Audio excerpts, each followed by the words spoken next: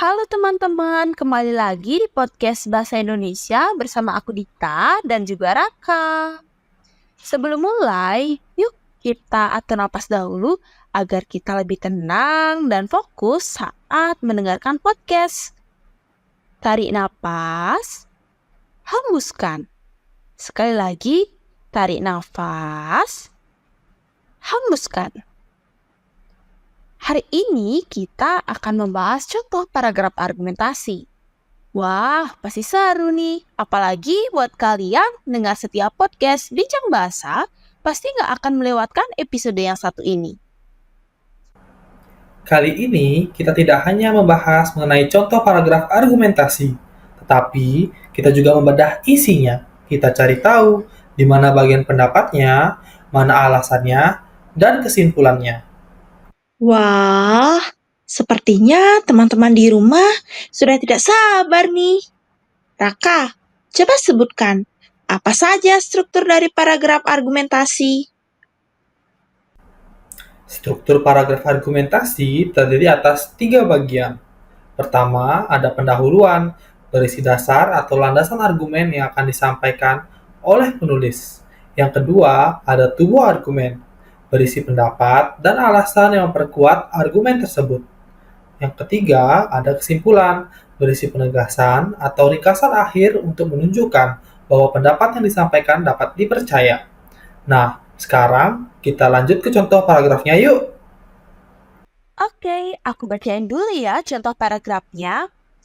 Jagung memiliki nilai gizi yang tinggi dan merupakan salah satu sumber karbohidrat utama selain beras. Namun, produksi jagung di Indonesia masih mengalami berbagai tantangan, seperti keterbatasan lahan dan kurangnya teknologi pertanian yang modern. Jagung sebagai salah satu sumber pangan utama di Indonesia harus mendapatkan perhatian lebih dalam mengembangkan pertanian nasional.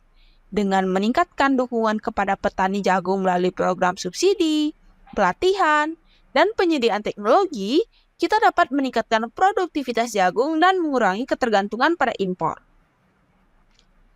Jagung sebagai pangan lokal memiliki potensi besar untuk dikembangkan lebih lanjut sebagai salah satu solusi ketahanan pangan Indonesia. Sekarang kita lihat bersama yuk pada kalimat jagung memiliki nilai gizi yang tinggi dan merupakan salah satu sumber karbohidrat utama selain beras. Namun, produksi jagung di Indonesia masih menghadapi berbagai tantangan. Kalimat ini termasuk bagian pendahuluan karena berisi pengantar masalah dan landasan argumen. Oh, jadi bagian itu termasuk pendahuluan ya? Karena menjelaskan masalah dan dasar argumennya. Betul banget.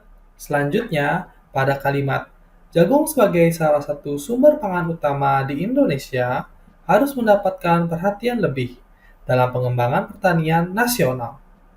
Bagian ini disebut tubuh argumen karena berisi pendapat dan alasan pendukung untuk mengatasi masalah yang disebutkan di pendahuluan. Oh, jadi bagian itu tubuh argumen ya, karena memuat pendapat serta alasan pendukung yang menjelaskan solusi dan upaya untuk mengatasi masalah. Tepat sekali, Dita.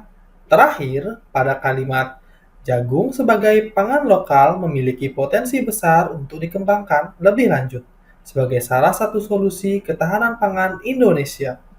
Bagian ini merupakan kesimpulan karena menegaskan kembali pendapat di awal dengan sudut pandang yang lebih luas. Iya, aku paham. Itu bagian kesimpulannya yang menegaskan ulang pendapat di awal. Benar, kalau kita sudah mengenali ketiga bagian tadi, kita akan lebih mudah menulis paragraf argumentasi. Ingat ya teman-teman, pahami langkah-langkahnya dahulu, baru mulai untuk menulis paragraf argumentasi.